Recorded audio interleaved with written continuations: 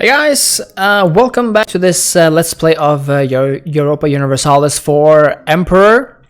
We're back as Castille. So yeah, let's jump right in. Last time we got flipped over by Portugal, who made us join their war against Granada, which kind of sucked because that meant that we couldn't get all of these territories at the same time. We had to be happy with Almeria for the time being, for the 13 years until 1463, which really sucks. But anyway, that's life. We'll have to bet on being lucky with Aragon and get some Aragonese lands. So let's see. To do that though, no, we also want to start our colonial adventures, but to do that we need some administrative technology, and right now we are kind of far back, very far back actually, which is bad. It's because our our king sucks. He gives us one administrative skill a month. Could abdicate, but it ruins a lot of our legitimacy and prestige, so in the long run that's pretty crap. So I think we won't do that. I think we'll just wait until he dies. Hopefully he dies from so England got picked as the Pope. Okay, institution spread, that's pretty good. Fits us just right. Let's see here. We've soon made Almeria a core. So once you capture states, you have to make them into cores in order to sort of be a true part of your territory. And after that, you can also make these territories into states by using administrative points. That basically makes them more integral parts of your nation, giving you more income, etc. So it's generally wise to do that when you can, and especially in territories sort of close to your capital area. There's also government reforms, which you can enact once you have the government reform progress, which we do now have. So we can either choose to strengthen noble privileges, which will give us 15% plus national manpower modifier, or we can curtail noble privileges, which will lessen noble influence by 10% and give us plus 10 national tax modifier. So since the nobility is quite powerful in our country, 66% influence, I'm going to choose to curtail them because it will also give us some tax benefits. So let's do that. Let's take from the rich. Let's see here. We're gonna try to improve relations as much as we can, and we pretty much have. But we're still so far away from actually managing it. So one thing is to become allies with these electors, which we might do, which we might actually want to do fairly soon. We're not allying them because of their military power. In that case, we would be allying them because it would make them want to vote for us more. So for example, with the Cologne, they're now minus 57. Being allies give a modifier of something like plus 25 or plus 50. So let's see now. Alliance plus 30 right there, but it gave us plus 50 relations, I think. Let's see now. Now they're actually voting for us. That's pretty cool. We could ally Saxony too. They're the ones closest to wanting to vote for us. We don't want to ally someone who is rivaling someone else that we want to ally. So it seems like Saxony is not rivaling Cologne, which is good. So that means that we can ally Saxony as well. They're minus 94, so that's quite far away from what we want, which is obviously to be in the plus. But I think that's the closest we'll get for now. So that's pretty good. With some nations, you can also further increase the their likability of you by entering a royal marriage with these places and their administrative power. Great. But with certain countries like Cologne, for example, which we just allied, they are a archbishopric, meaning that they do not enter royal marriages. But Saxony is a duchy, I believe, which means that they do. We just have to have them like us enough. So right now we're -8 with them. We can let's try to become allies. Then they will definitely want to marry us.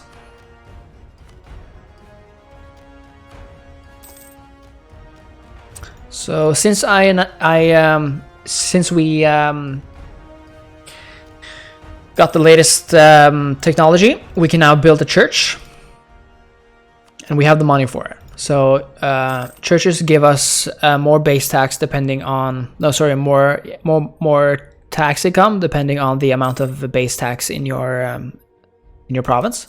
So plus 20 is actually quite good, seeing that we don't make that much money right now. I won't spend all of our money, but I'll spend enough.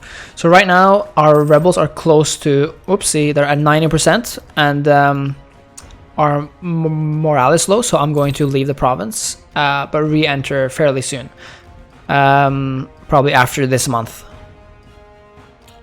So let's see now. Oh, okay, and the rebels came, but I'm pretty confident we'll deal with them. Yes. Rebels gone. We're going to be in the minus now, because once you lose a lot of soldiers, you have to spend extra money to sort of recruit new ones and get these back onto the battlefield from your manpower pool. But once that's over, we'll go back to being in the plus. I hope. Yes, and okay. So the emperor enacted a reform, basically giving the members of the empire local construction costs and development cost bonuses and casus belli on non-members, meaning states holding territory that is actually a part of the empire officially, and they are sort of marked like that. So that's the first of the reforms there. So he used 50, or Austria used 50 of his imperial authority at least. So there's now only 0 there, meaning that the imperial authority modifier, which helps the emperor gets elected, is now way less. So, for example, Brandenburg is now, or Saxony is much more inclined to vote something else than Austria or than the emperor.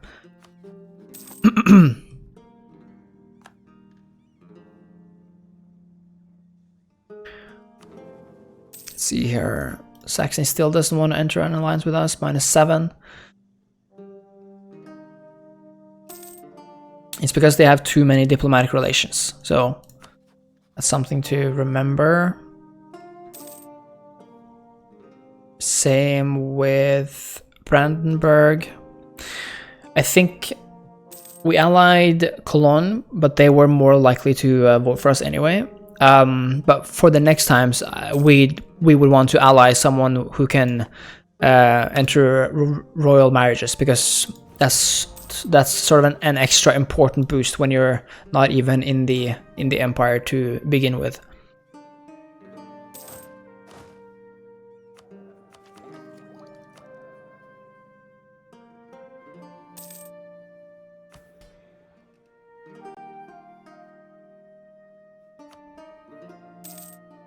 We can also enact certain privileges for the varying estates, giving them often more loyalty and influence as well, but sometimes decreasing our crown land, but also giving us certain powers. So, for example, here, if we gave the nobility estate the right of council, it would give them more loyalty without removing crown land, but lowering the max absolutism, which will be a modifier which happens much later.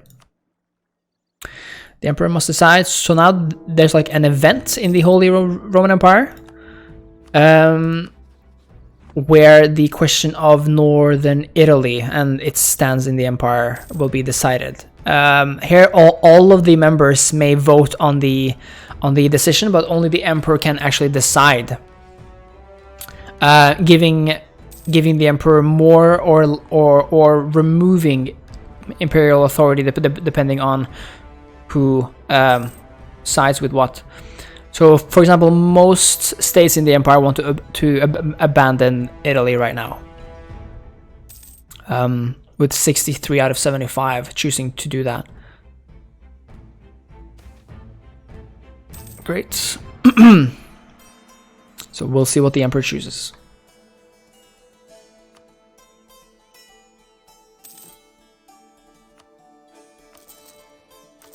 Decides to build some more churches and maybe increase our chances of becoming pope. So now the reform desire is at 25%. That's actually, yeah, it's starting to get quite high. I've yet to see the pope actually take some action against this. He has the money to do it. I think it costs 400 or 500 curia gold to remove a certain amount, like a certain percentage of that. But we'll see if that even happens. Okay.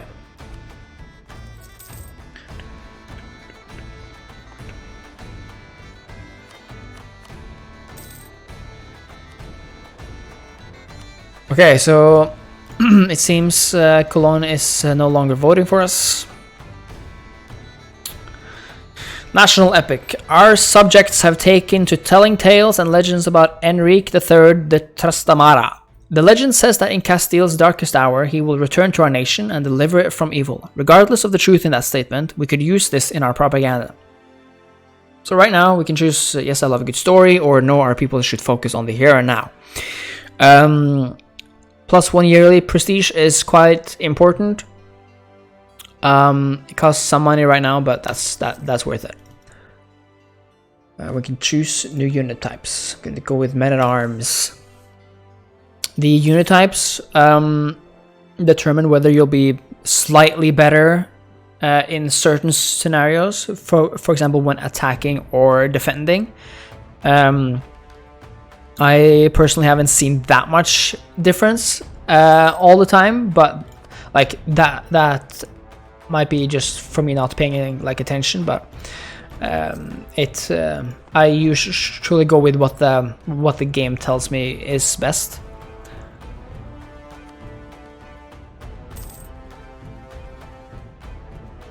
So let's see.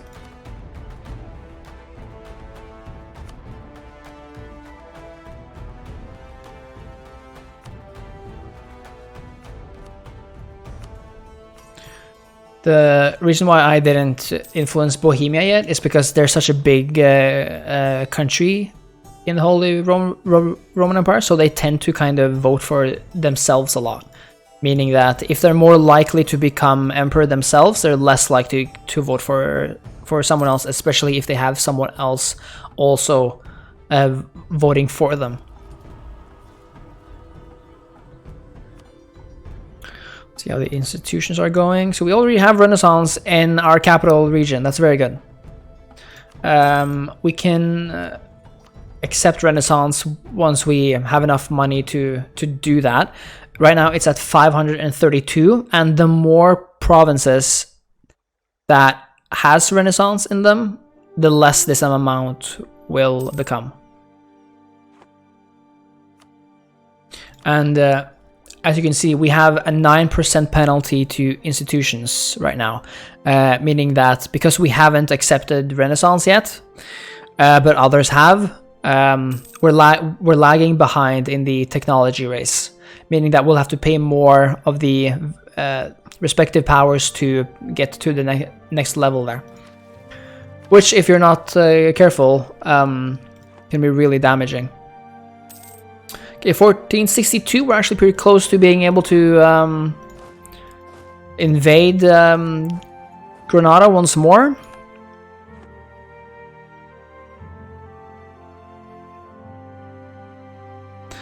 So that's something we will do, and hopefully Portugal won't mess us up again. So let's see, our truce is over in July of 1464.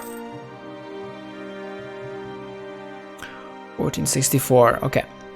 Pretty soon then. I guess until then we can continue to drill. Here we have the army drill bar. Our army is drilled to 96 out of 100 here, which is really good. That gives us a lot of bonuses, like almost 10% land fire damage, shock damage, etc. Those are modifiers that will become important once in a battle, and basically the more of it you have, the better.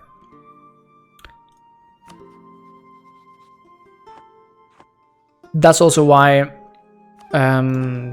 enabling certain ideas like offensive and defensive ideas, quality as well, are very important for the strength of your units.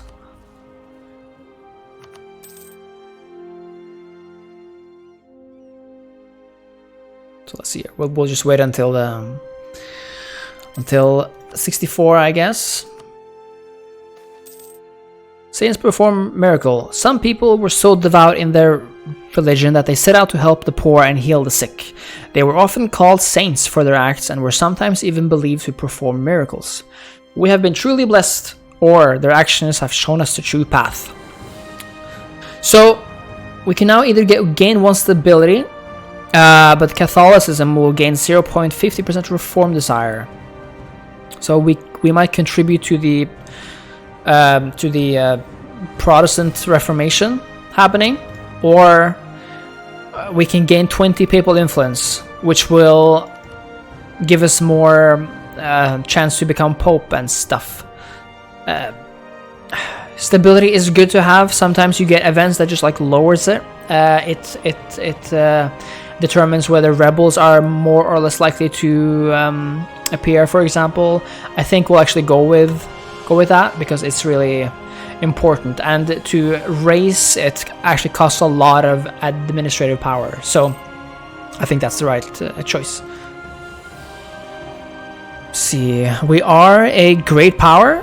We're number 8 in the world, so if anybody else gets more development than us, then we will stop being a great power. So we're going to try to remain a great power, as it gives us certain opportunities. Ones we can also use actually to gain some votes here by, for example, influencing a nation here by spending some money to gain 25% opinion, which is really good when it comes down to the finer numbers. So let's see here, institutions. Still the same amount. Oh yeah, we can also boost the institution gain modifier by enacting an edict. So, for example, advancement effort will make the institution spread 33% faster, which is quite a lot actually. So I'll do that in these 2 provinces, because doing so also costs a bit of money, but we can afford it. So let's just do it in some more actually. Let me see, this is new. Spain can establish holy orders, which costs some monarch points, but it looks like it gives us 1 base tax or production or manpower by doing so. Let me see. Okay. Candela. Yeah. Why the hell? Why the heck not? Candela sounds like a... Yeah, it's a woman. Does that mean that if one of us now does not have an heir, the event fires? I hope so. Diplomatic reputation, good stuff.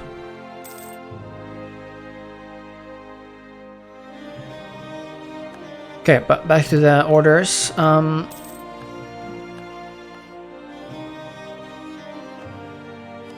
Let's see here.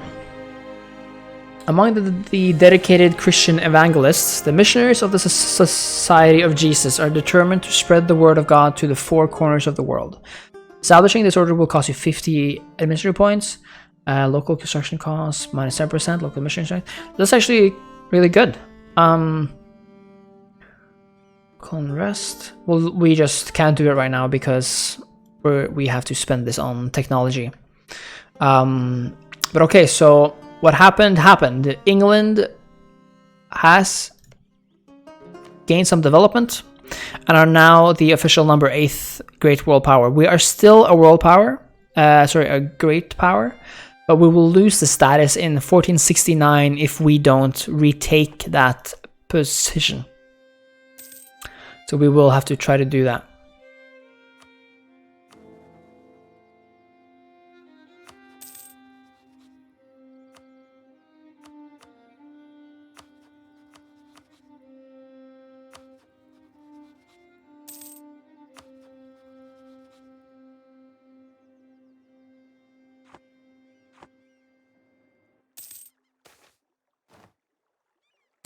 Cities demand all rights. I think I'll accept their demands. It'll give us some more loyalty to the burghers, which are only at 34, so that's dangerously low. Yes, okay. But it will make us lose 25 government reform progress, which is up here. Which is kind of bad, but it's not that dangerous, I feel. Okay, so should we try to maybe finish this mission now? Agenda, base production at least 5 in La Mancha. So let's do this. Base production.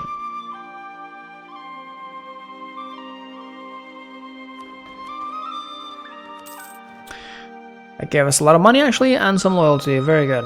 We're producing gold there. Okay. 64. I think we're able to attack Granada.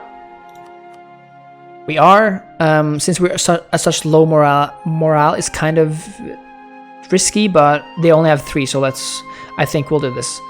And I also do not want Portugal to get anything. The state which you, or province which you attack is the one that you'll sort of get the least aggressive expansion reduction with. So we'll do it on the most developed province, which in this case is Granada. So let's do that. I can ask Portugal to join me. Granada is allied with Morocco and Togor. I think I can handle those on my own, and I don't want Portugal to get anything more than they don't already have. So let's just do this. We have a bit less soldiers than they do, which is a bit risky. We have the same technology level.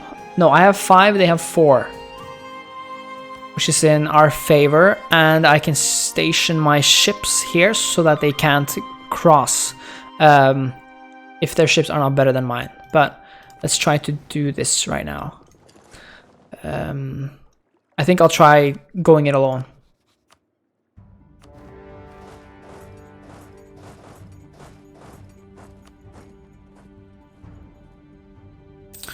See how this goes. We won that first battle. Now let's put our ships in the strait.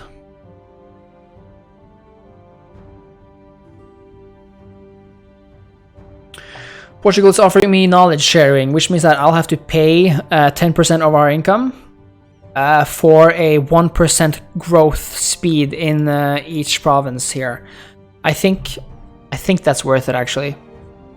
I think we'll try to do that. Naval research wrong. I don't want to lose.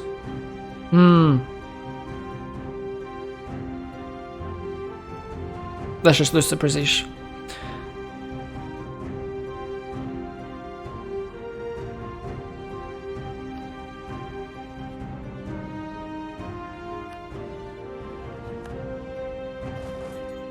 I really do hope that we get the Iberian wedding. It happens in like 90% of all Castille games, I feel. At least when I'm not playing them.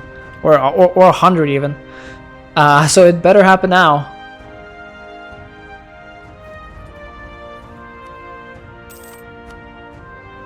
Let's see here.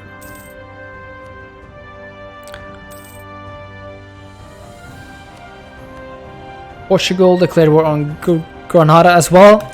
Well, you're too late, guys. This time you are too late. I've already taken Jabal Tariq. I'm so happy they're too late. But they're going to siege Morocco, which is sucks a bit for us, because North Africa is something that we could have as well.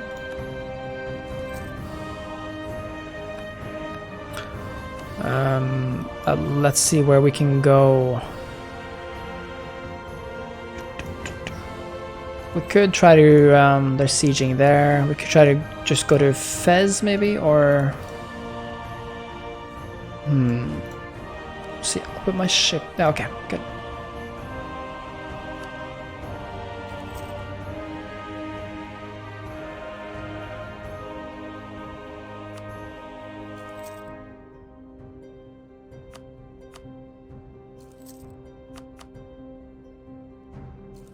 What are they doing?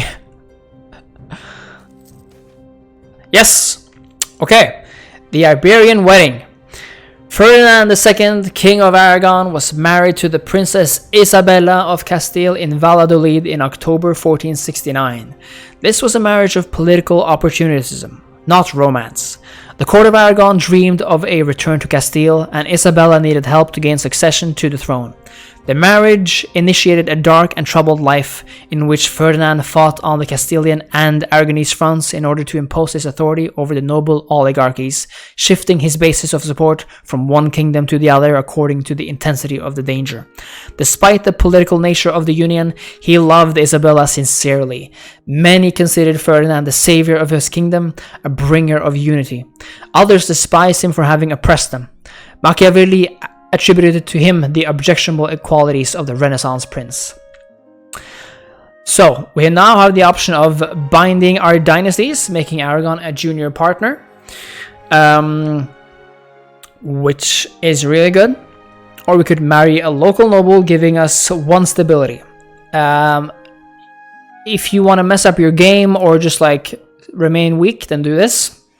If you want to have a Spain game as it was intended, then bind the dynasties. I have to say that, yeah, exactly. So now we also got Navarra as a junior partner because they were a junior partner of Aragon. So we kind of inherited that as well. Some rebels, that's fine. We'll deal with those. This is probably the most satisfying message to get in this game. Because a personal union basically means that you have gotten another realm for free, almost. So that's amazing. That feels amazing. So now we basically have Aragon as well, and we're a super powerful nation. So all in green is us, basically. Aragon is our subject state. We can fulfill this, even though we didn't conquer anything. We gained the restoration of union constability on Portugal from this, which I think I'll claim this after the war, because I don't know how long it lasts. Yeah, so let's do this. Good stuff. Part 1 complete, or something. let's see here. So that the rebels manage to take Madrid is a bit annoying. It gives the province some few bad modifiers, but it'll go away in time. And because we inherited Aragon and basically have dominion over all of this land now, we also, like, that kind of that development factors in when it comes to the great power status. So before we had like 260 or 70 something. Now we have 358. Good stuff. See, there's some rebels. I want to come in sometime. That's all good. And we conquered all of Granada. Normally, if we had been only at war with them, we would have now had like 100% war score. But since they're allied with Morocco, which is a much bigger country than they are, we have much less, and they do not really want to surrender while they have this allied power with them. Now we can cross here, and Aragon, our loyal subject, sieges for us, which is amazing. Just amazing. I'll summon another diet for some loyalty gain. The clergy wants us to build a church. I think I'll do that, so we'll save some admin power on this. So where was it? In Asturias. There we go. Oopsie. Let's see here. They attacked us, and we have this terrain penalty, which is really bad, actually. I don't know if I should have joined that battle, because we might just lose. Assassination of a noble. The noble families are the bulwark of our power. However, they are not a unified force and are locked in a constant struggle against each other for influence and power. As time marches on, some noble houses might see their fortunes rise, while others could lose all their power, the resulting envy leading to bitter rivalries and recriminations. Recently, one of these rivalries boiled over into outright conflict as Fadrique de Ojeda, the leader of a powerful noble house, was assassinated by his rivals. Furious, his surviving relatives are preparing their violent revenge. We can let them sort it out for ourselves, losing 15 legitimacy but gaining 10 loyalty, or take control of the situation. So they will lose 10 loyalty, but we will lose 50 administrative power.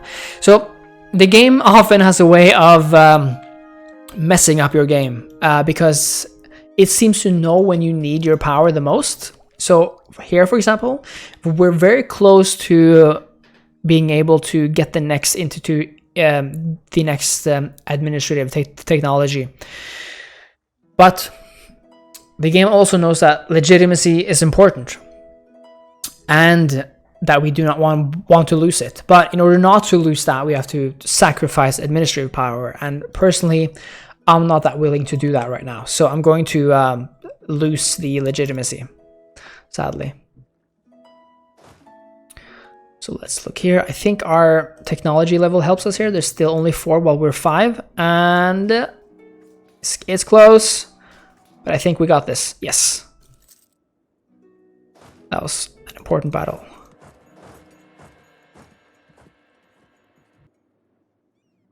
Very good.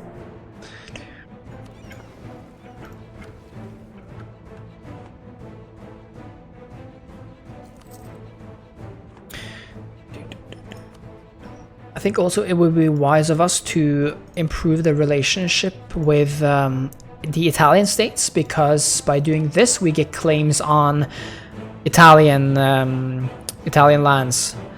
Eastern Sicily, Calabria, Apulia, Campania. All of this, basically. Naples territory. Which will give us quite a lot of aggressive expansion, which will make other countries like us less, because they fear us and we have broken diplomatic regulations, basically, by taking too much land. So by improving relations, they will be less inclined also to view us as a bad power.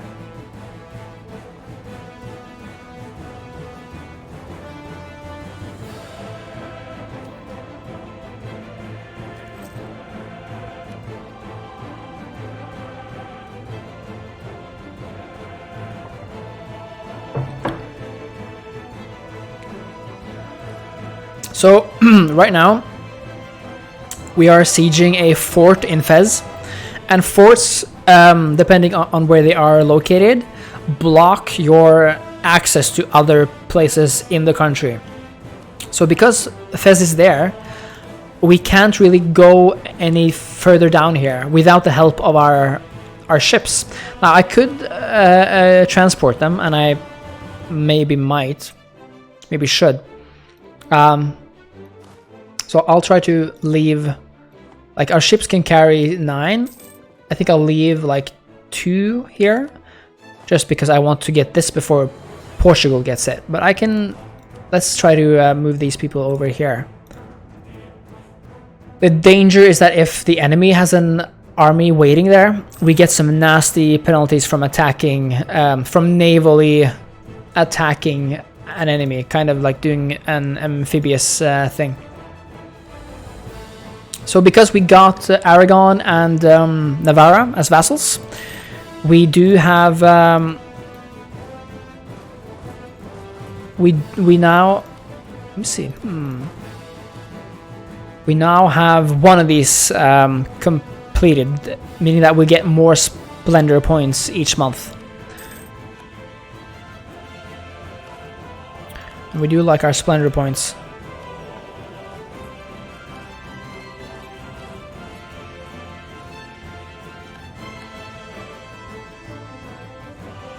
Okay, well, this seems like it's going well. A new thing with the Emperor expansion, it was here before, but now it's much more evident that you gain a lot of money from looting foreign cities, or basically blocking foreign ports. So for example, if I put my ship here, I think it's kind of already blocked by Aragon, but let's see what happens. We get money from looting foreign cities and blockading ports, so that's very good. That's one way to make a bit more money while at war. We could also raise war taxes. That costs military power per month until it's cancelled, but that basically gives you a lot of ways to make money. Like it makes your soldiers costless.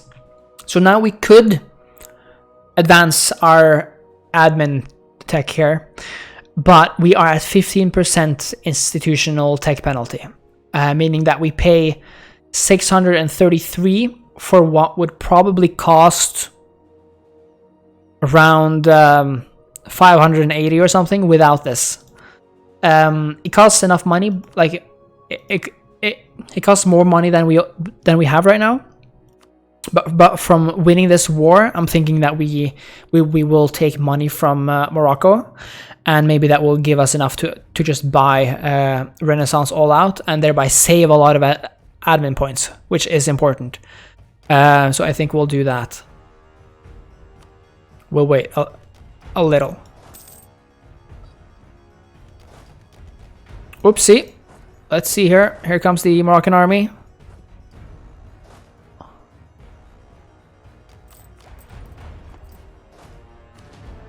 And we do not want to walk into that, but okay, we already are. Let's see here. We have a much bigger army than them, so we're going to sucky. Let's see here.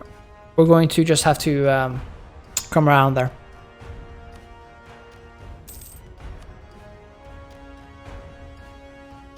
$32. We're fairly evenly matched. There we got some peasants in Aragon. Peasants revolt.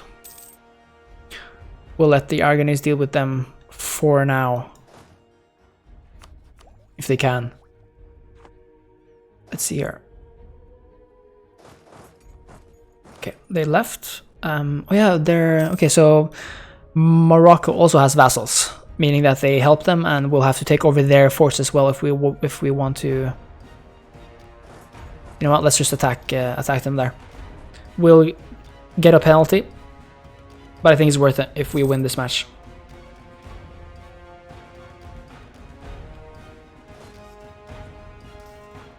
And it looks like we will.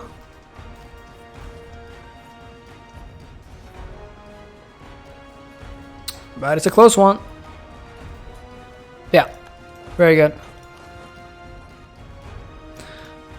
So now we have an 80% war score. Tugor wants peace. I think we will choose Cardinal Minister. One of the cardinals in Castile has proven to be a skilled administrator and already provides useful advice to the king. At this point, making him a minister in our government would almost be only a formality, but an important formality nonetheless, since he may grow more powerful yet. Having a cardinal in our service would certainly lend us credibility with the Pope and strengthen the sentiment that Castile is a Catholic nation first and foremost. I tend to go with this. Prestige is helpful, but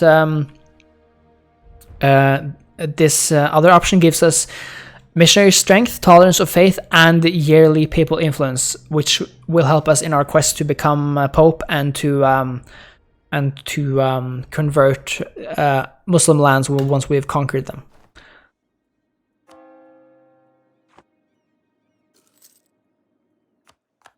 There's a civil war in England. Let's see. I'm going to remove one of my diplomats from the Italian state so I can have a peace with one of these states I'm warring with. Let's see. I'm going to demand war reparations.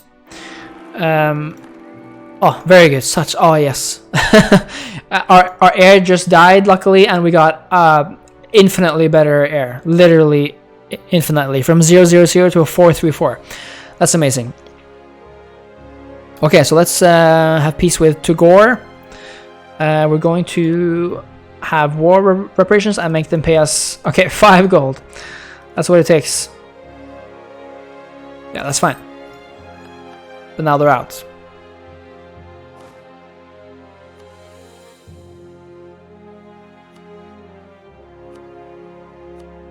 All of these other states are now vassals of Morocco, meaning that we cannot piece them out individually, because Morocco kind of is their overlord and calls the shots. So I think we want to take this city, and then we can have peace with Morocco before we have final peace with Granada. Let's see here. A civil war over the succession to the throne is raging in England, a conflict that has become known as the War of the Roses. The revolting House of York is seeking foreign aid and has sent us an envoy requesting troops. Some support might be a way to prevent a strong and unified England from waging war on us, and should the rebels succeed in claiming the throne, our help would surely be remembered, improving our relations with England. So we can choose to send them a token force, losing 5,000 manpower.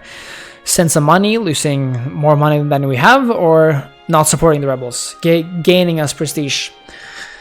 So I think we don't have that much say in this. It doesn't really affect us that much right now. At least I don't see how it would. So I'm going to get the prestige.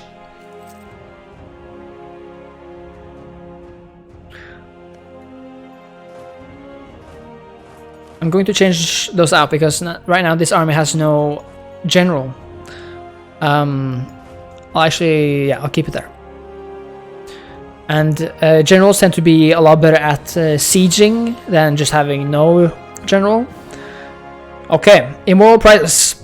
Grain prices are notoriously unstable. Anything from the weather where it is grown to incidents hurting its distribution can suddenly cause the price to rise significantly. As a result of one such sudden change, there is currently an acute shortage of grain in many of our larger cities. Desperate to feed themselves, the common people are directing their anger at the merchants, who they feel are making good use of this situation to overcharge for their wares. The merchants themselves, on the other hand, claim that this is a natural result of the shortage and that there simply isn't enough bread to go around. So we can lose a lot of loyalty and influence. We can basically have a lot of rebels, but gain a lot of loyalty. And we can pay to gain the same amount of loyalty. Normally, I think we're better off paying, even though we're losing some money. Let's pay. I don't want to use my soldiers on my own people. So let's see here. Our king died. We have a new king. Long live the king.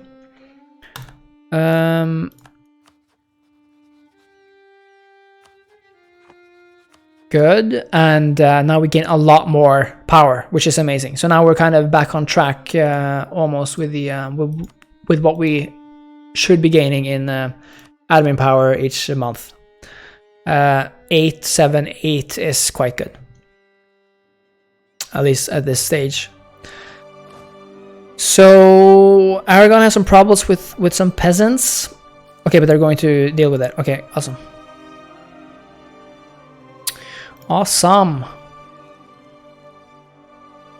So since our king died, both of our generals actually died. I think it's smart to have a general. This time I won't be using our 222.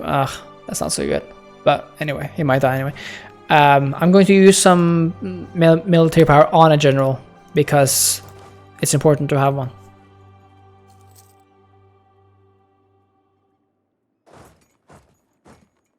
And we don't want too many on the same province because there's only, like, each province can only feed that many troops, and especially during a siege where you're gonna lose men anyway, having more men when you don't really need them is not that good of a choice.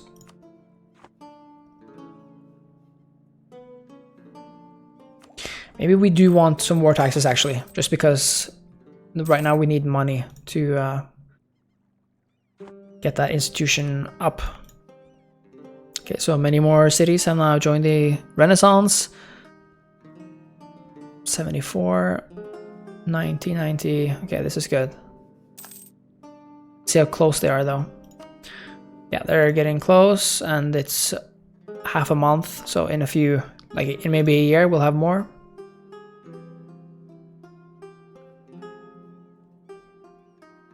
We're gonna lose that battle, but that's fine. So we now actually have 100% war score, likely because we have fulfilled. No, we haven't yet.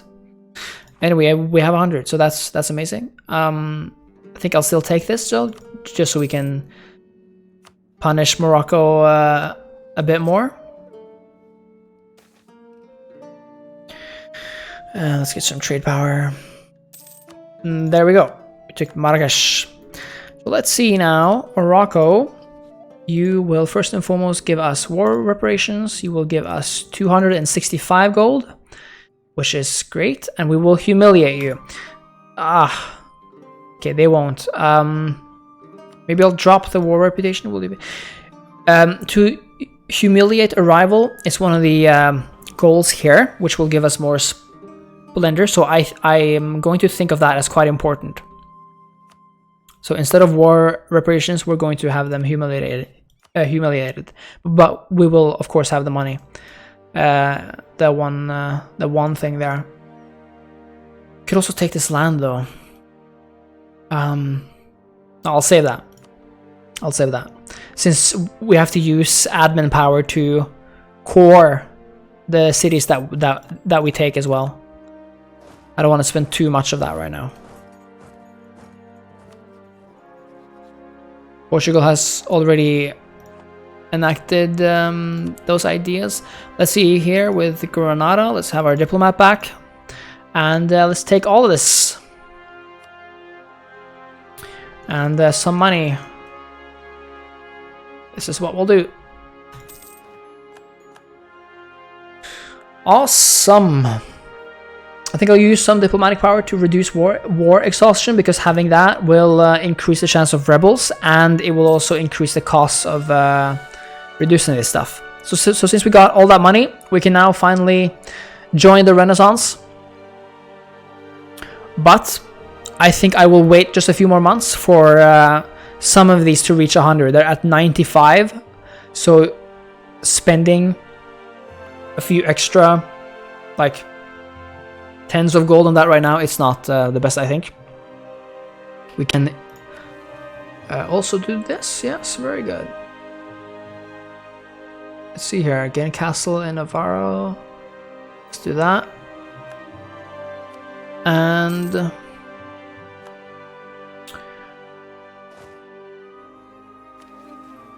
let's see. reclaim Andalusia. The Moors have enjoyed our patience for hundreds of years. Remove them and reclaim Andalusia for the Castilian crown. So we did that. The fate of the kingdom of Granada. Let's see. Fate of the kingdom of Granada. With all important locations in Granada once again under our control, we must decide what to do with the Morisco population. It is true that most of them never supported the rebellion, but how could we trust them not to turn on us in the future? Expel all Granadian Moriscos will lose us 2 stability. We now have 0 because our king died, which lost us 1. And we'll turn everything to Catholic and remove Grenadian cores. The Moors turn to Tunis. Or we must amend these wounds, not cut out the limb, which will give us 1 stability. I think I'll do that. I don't want to lose 2 stability. We obviously have to convert these provinces ourselves, but I think that's fine. And we can continue this one now.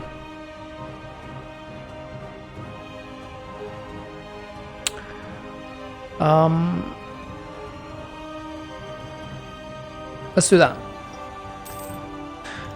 So now we got the restoration of Union Casus Belli on Portugal, which will allow us to make them our vassal as well. If we win the war, of course. How long does this last, this Casus Belli? Let's see. Valid until 1495, so for 25 years. We have to use it in the next 25 years for us to be able to use it. So we have to be aware of that.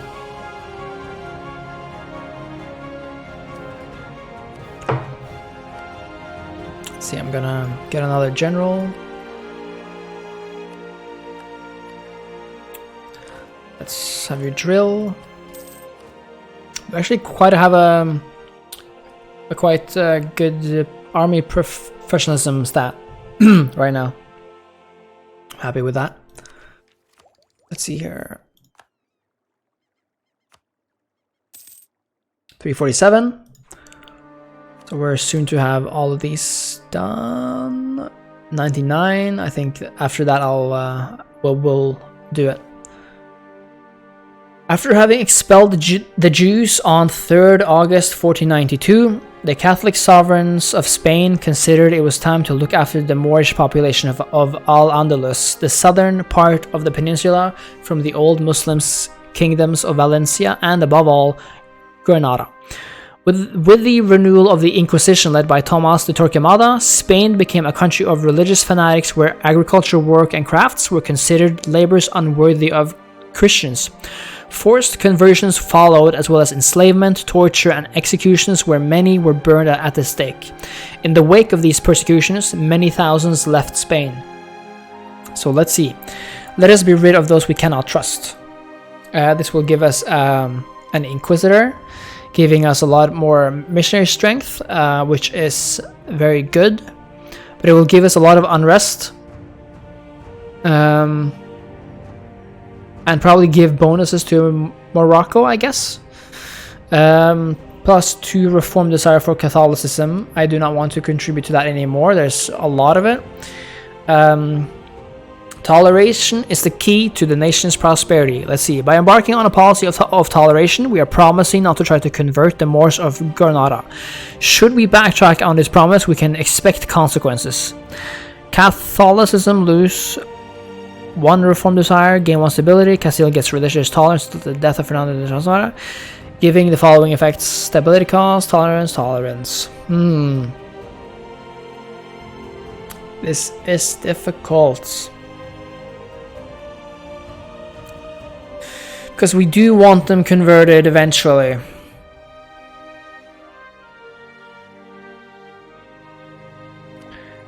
We do want that because we want to finish this mission, convert Iberia.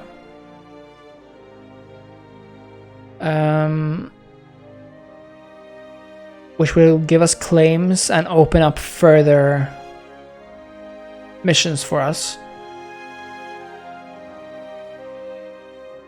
I think we'll have to get rid of them, sadly. Even though one stability would be nice. And a lot of those other modifiers would be nice. Ah, this is difficult.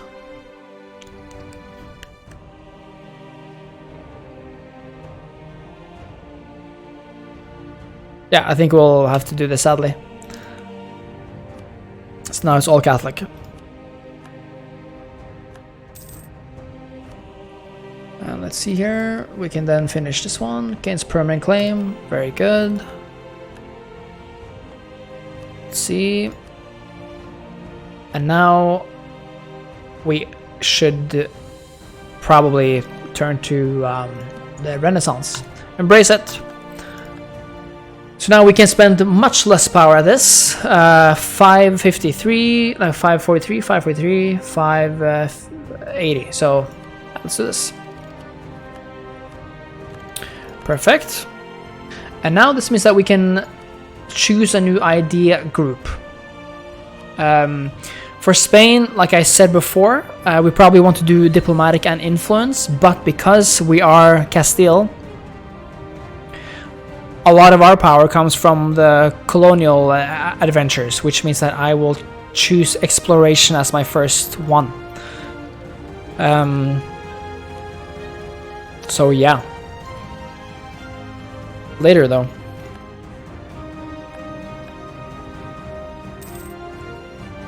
So we eclipsed Morocco, giving us more power projection, which is amazing. Let's see here, raise taxes, production manpower, let's raise taxes. And we'll have to choose a new rival, since Morocco was too small for us. So let's see here, England, Mamluks, Ottomans, Poland, Portugal. I might want to do Portugal because we want to take over Portugal.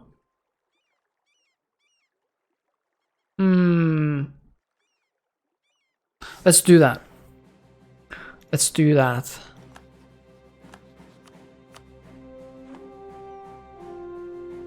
It's a necessary evil. And they will be our main opponents, I think, in the colonization game. Which is another reason to have them not be there.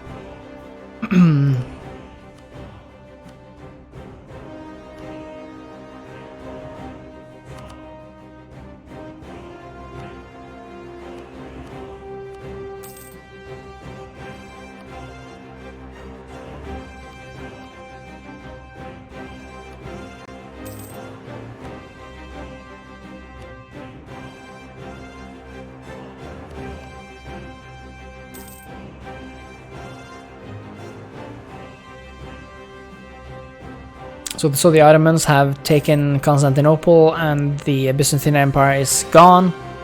Epirus is left, allied with Genoa and Naples. They'll probably be gone soon too.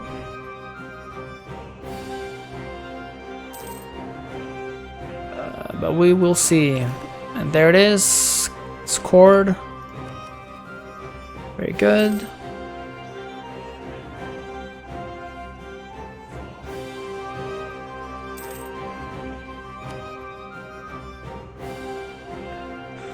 Now, we can make Upper Andalusia a state,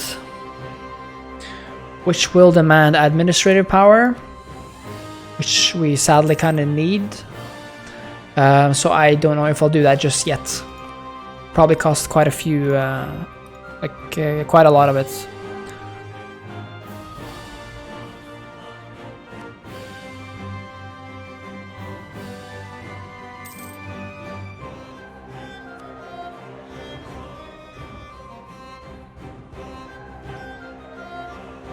I didn't know that Hussite was a Reformation center. I wonder if it can spread outside of Bohemia's borders. Interesting. Let's see here, we now only have a 10% chance. Now we have 15. Yeah, that's all we can spend actually. 60% reform desire is a lot, so I think the Reformation will come fairly soon.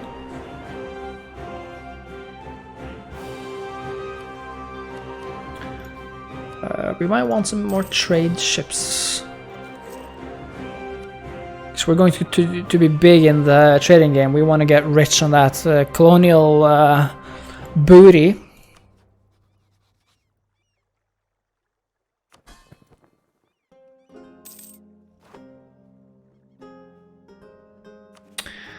Rebels are gonna come. We're gonna have to meet them.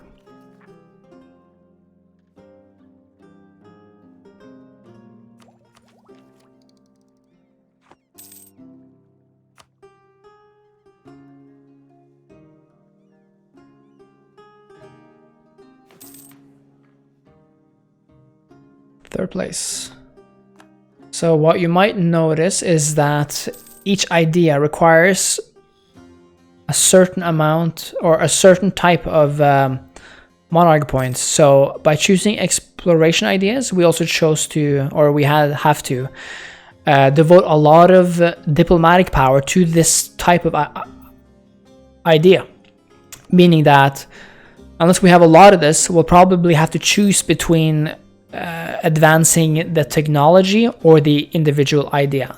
So right now I'll be spending a lot of power on the exploration idea itself, Quest for the New World, which will enable us to recruit explorers and conquistadors. So for example, we have our fleet right here. I'll put that into port so that it gets some it can repair.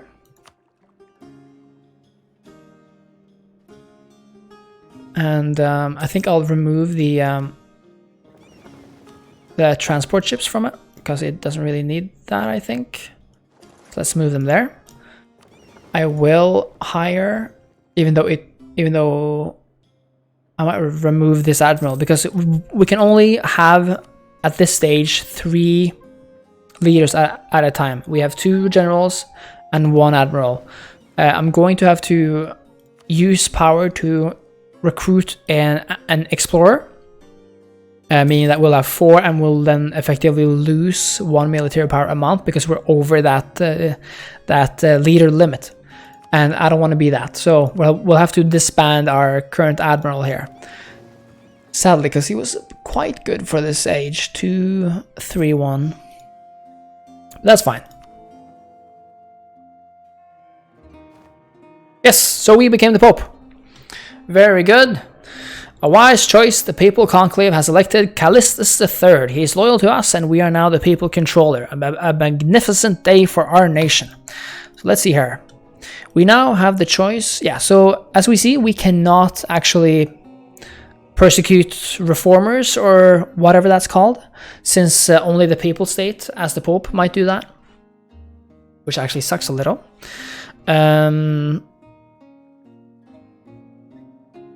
So that's the case. We do, however, get these powers. Diplomats +1, yearly prestige +1, less advisor cost, possible advisor +2, technology cost, we should have had that before, leaders without upkeep. Oh, awesome. So then I don't have to disband that admiral. Aggressive expansion impact -20%, that's actually a lot, meaning that other states won't be as mad at us for taking their land. And we can call crusades when this one is over, and we can choose this golden bull. So I just finished the Renaissance thing, so I don't really need institution spread. So let's see here. We have this costs 400 curia coffer money, and we have basically 3,000. So let's see here. Apostolicae servitutus. In spite of many prohibited laws of the church, some ecclesiastics have drifted into the habit of occupying themselves with worldly business and pursuits.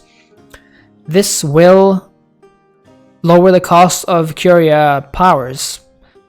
But do we have any curia powers as Spain? None that I can see. Unless this is considered a curia power. I don't know. Here, absolutism, unrest in Catholic provinces. This is quite good to avoid unrest. Institution and Christiana Pietas.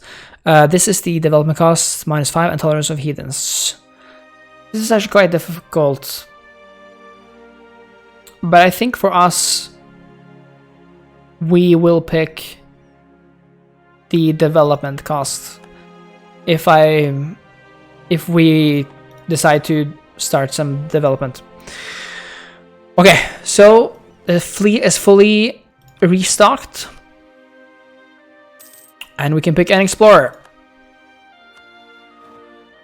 Awesome, and we can go explore.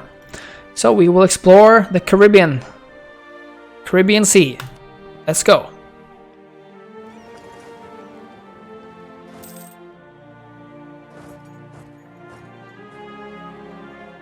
So now, as you can see, all of this territory here is unexplored. We do not know what is over here in the south, far east, or west. And the Mamluks entered a golden era, which one is able to do if one has succeeded 3 of these. And you can only do it once a game, so it's quite important to do it at the right time as well. New government reform, centralized bureaucracy, or decentralized bureaucracy. I like to do centralized because it gives us monthly autonomy change -0.05, meaning that the provinces will be less autonomous, meaning that we'll get more money and manpower from them faster.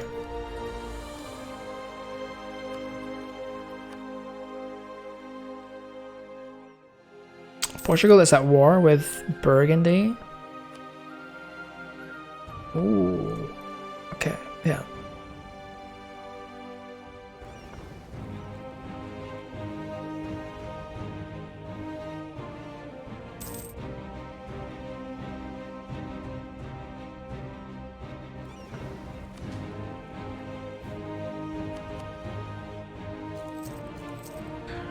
Just gonna build some trade ships. We do not want to go over the limit though, and I guess we're on the limit. Because if you go over any sort of limit, you're forced to pay a lot more for each unit than you are if you are within the limit, and that can really ruin your nation's finances. So let's not do that. I want to kind of stay on the good side with a lot of these places when I decide to attack Naples, which we can do right now. They are allied with France though, and I don't want to attack France. They are very powerful. They're more powerful than us.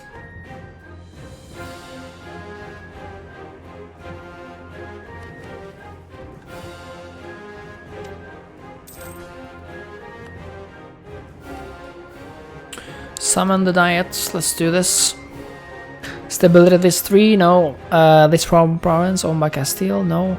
What is up with the nobility and wanting to invade France? Has a marketplace, okay, in Sevilla, that's fine. We shall do this. Marketplace. Building marketplaces will give us more trade power in the node where the marketplace is built, which is great. Because we want as much trade as possible to come to Sevilla. Right now, some of it is going over to Genoa, but we want it to stay with us, which means that we need a lot of trade power there.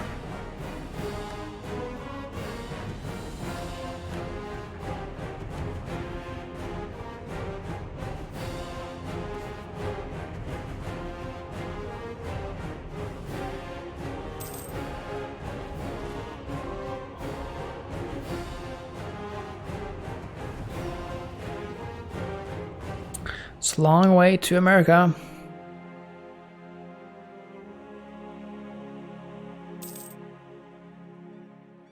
There we are. Sure, Portugal already knows this area, but since they have three unlocked things in their thing there. This is why we need to effectively stop their advance once we can. We have peace with Portugal until 75, now it's 74. And they're allied with England only, but England won't help them because England is so much in debt and in a civil war. So that's perfect for us, and I think it looks like Portugal is getting occupied here since they're in a war with England. Like with England, on England's side against Burgundy, and Burgundy wants to take Calais. But I don't think anybody will take any Portuguese lands because they're so far away, and probably nobody has claims on their lands. So they'll leave them intact, but severely weakened for us to gobble them up.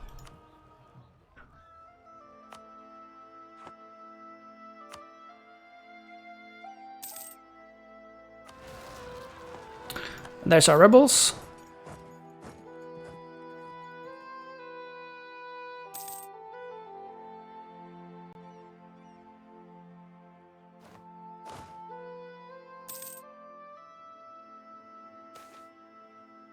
Influential preacher. A devout young preacher has spoken out recently about how great our adherence to the teachings of the Holy Father in Rome is. This can only be good for our future.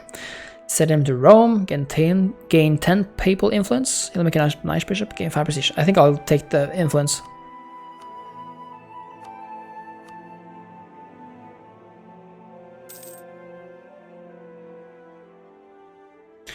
I guess we'll try to remain Pope for a bit.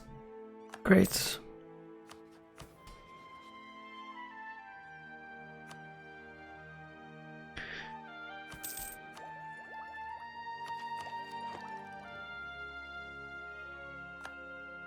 Another dead general. Yes. How's our ship doing? It's on its way back, and it found this stuff.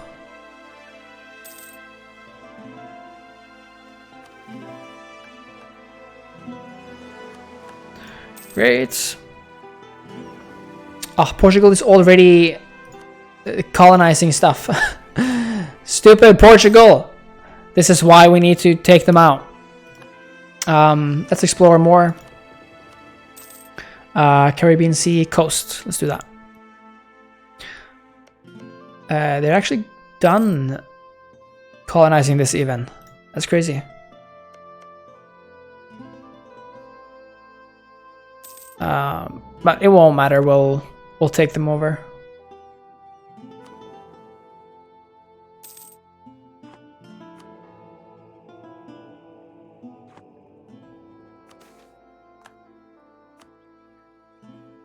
Sucks. Our truce with Portugal has ended. Discovery of the New World. On October 12, 1492, after 34 days out of sight of land, Christopher Columbus and his crew set foot on an island in the Bahamas, which Columbus named San Salvador. They had discovered a new world. Now so have we. 50 prestige, that's a lot, that's amazing. And we'll gain 1 innovativeness, which is this modifier here. Which, if it's really high, gives a lot of good stuff to power costs and stuff like that. Perfect. Must of course be noted that Christopher Columbus did not discover America. He discovered it for the Europeans and for the old world peoples, but there were already people living there. So let's be clear about this.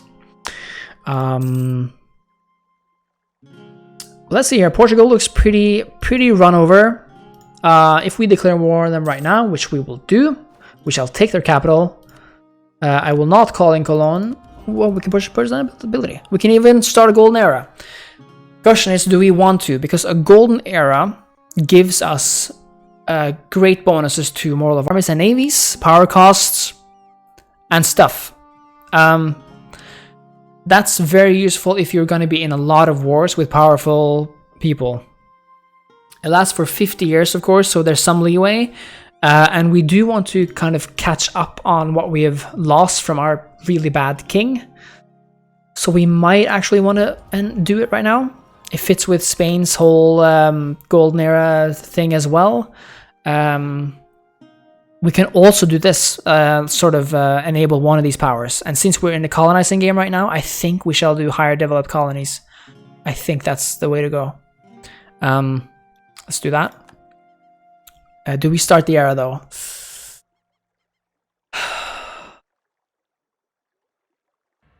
Let's wait.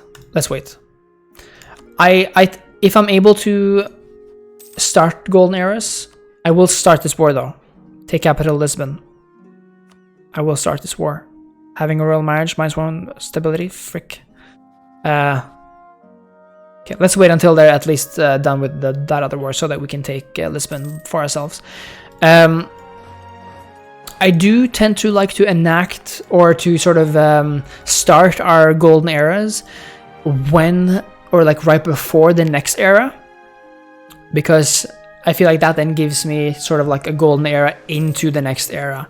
I don't know if that's like just like a sense of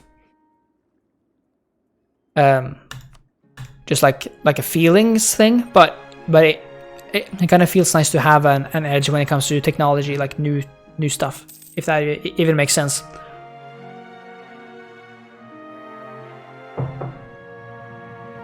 So let's see here. We have 4 available diplomats. Let's just have people like us more. Yeah, I guess we should have as many great powers like us too.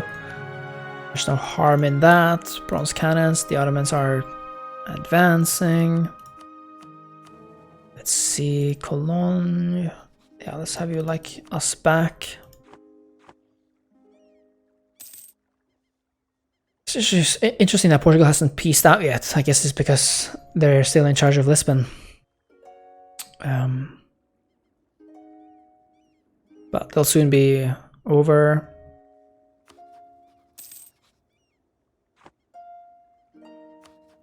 We can get our first colonists soon.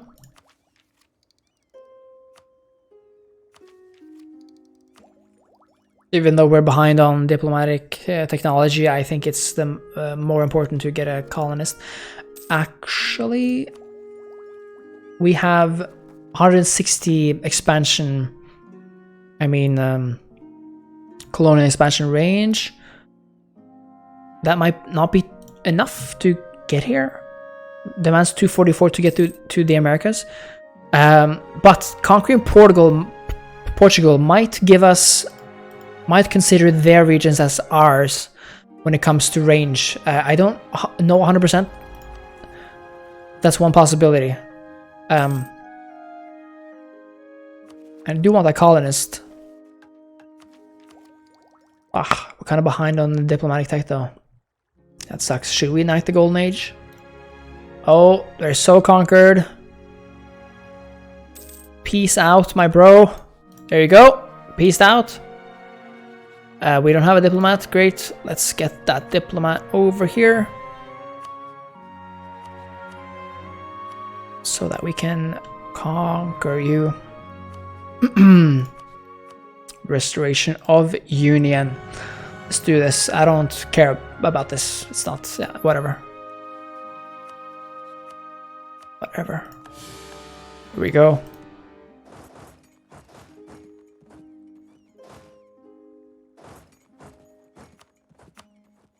Perfect.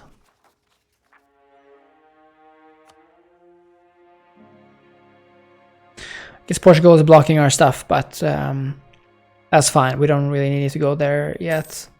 And we can get a colonist. Do we want the colonist though? Nice, we're at 7 military. That's so good. However, you do not want to be. You do not want to have one technology too much ahead of the others. I think the threshold is 3.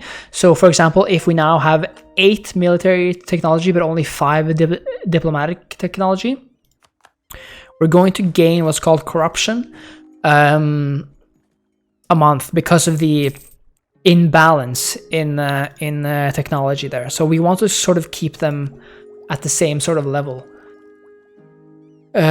which might mean that next time we should choose a military technology where to spend our military points, which would also be good for our armies, of course. There we go. Burgundy took Calais. Let's see, let's take out this army. I'm kind of struggling here though, because we need more colonial range. We get that there, but we also get it on the 7th, I do believe.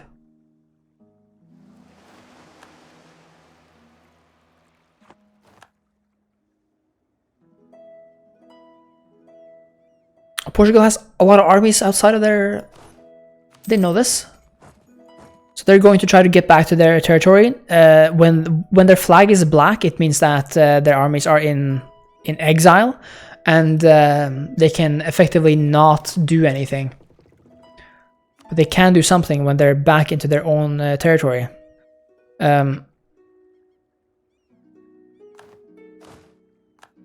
Which means that they will be trying to get into their own territory. I think. So we'll see how the AI handles this. I guess yes, they can. Well, when a unit is in exile, they effectively, like, forts don't matter. Like, they can walk wherever they want because they're not, like, sieging anything at all. So they should be able to cross this, but I guess because of the war they can't. When you control one side of a strait and you have ships in that strait, you're effectively blocking off the area for the other country if they only have one side. So that might be why Portugal is not able to cross into their own territory here.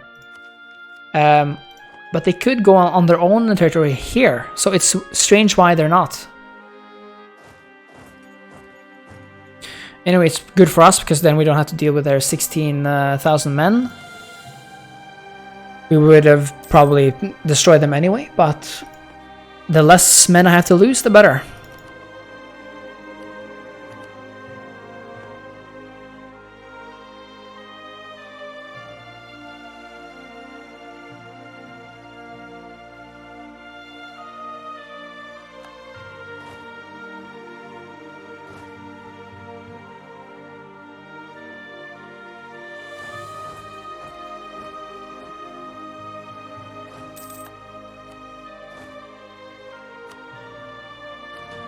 I think that because they only have 5 here, we can go and destroy those. I'm also going to turn this off because we want the military power. We're making enough money as it is. Let's see, let's just...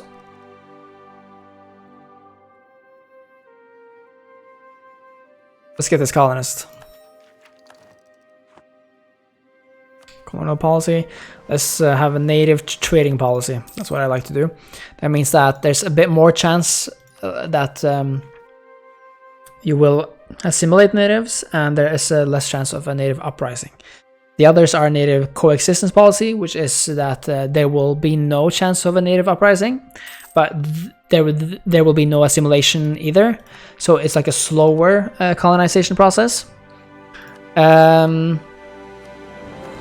And the last one is native repression policy, which means that your places will grow a lot faster, but there is no penalty, or the uprising chance is a lot bigger.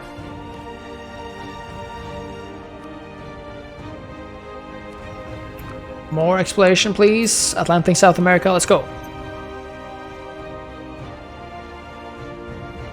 We can make cannons now. They're important to any army. Well, actually, losing some money. Cannons cost a lot to maintain. They cost 0.70 gold a month. I guess we're making 5, though. So I'm gonna make 2, 1 for each of my armies. Cannons are obviously good to have in battles, but when sieging, that's when they're really important, because they allow you to effectively bypass walls if you use military power to sort of shoot down their walls. So cannons are important. Let's see, we have a colonist now. We can take this one, this place in Northern Africa or Saharan Africa. We cannot go to America just yet, but we can colonize this. So let's start by doing that. There's a lot of natives here, which means that we should put some soldiers there, because the natives will kick our colonialist out, or colonist. But let's see how this goes. I'll put the speed up a little.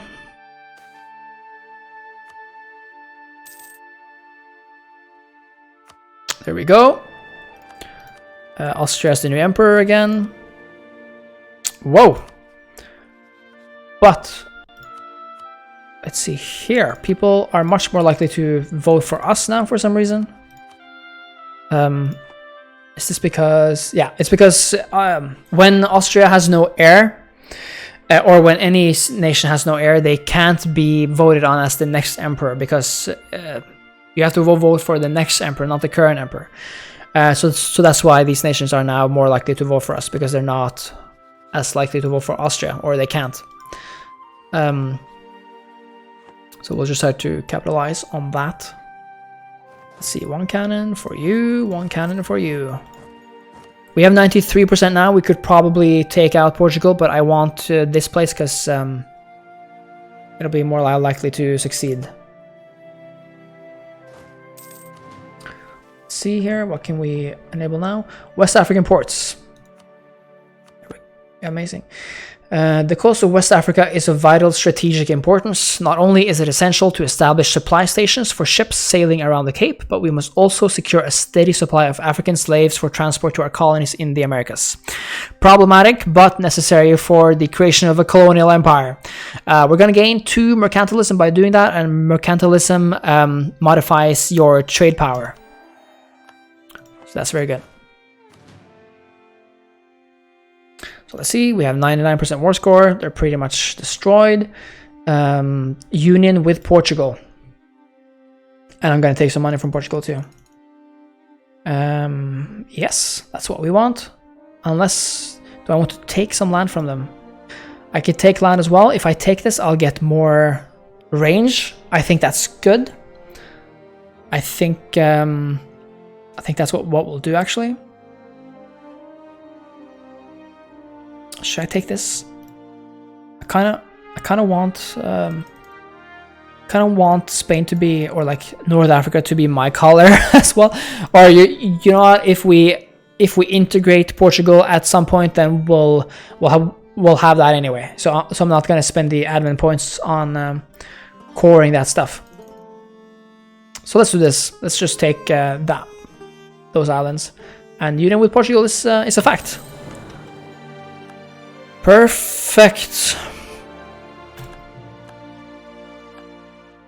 Personal union, yes. One big happy Iberian family. Portugal, Castille, Aragon, and tiny Navarra. Amazing. This means that we basically have control of the whole peninsula. That's what we want. There's nothing to really threaten us right now where we are, and we can then sort of focus on the colonial game, which is actually really cool. So we've set up a really good foundation for ourselves here, and because we can choose another rival. Sorry, I'm just looking at a bird. We can choose another rival. I think choosing the Ottomans would be wise, because they're allied with Tunis, and if I ever wanted to go to North Africa, the Ottomans would join that war, and you get some bonuses fighting your rivals, so that would be smart. But England, if England joins the colonial game, which they already have, I would want to attack them to gain their colonies. But I think the Ottomans are the most overt threat. So I'm going to pick them.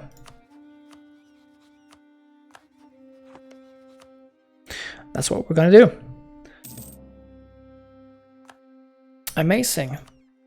Well, I think that's where we'll leave it for now. Thank you so much for watching. Please like this video and subscribe if you liked what you saw. And I'll see you next time. Bye bye.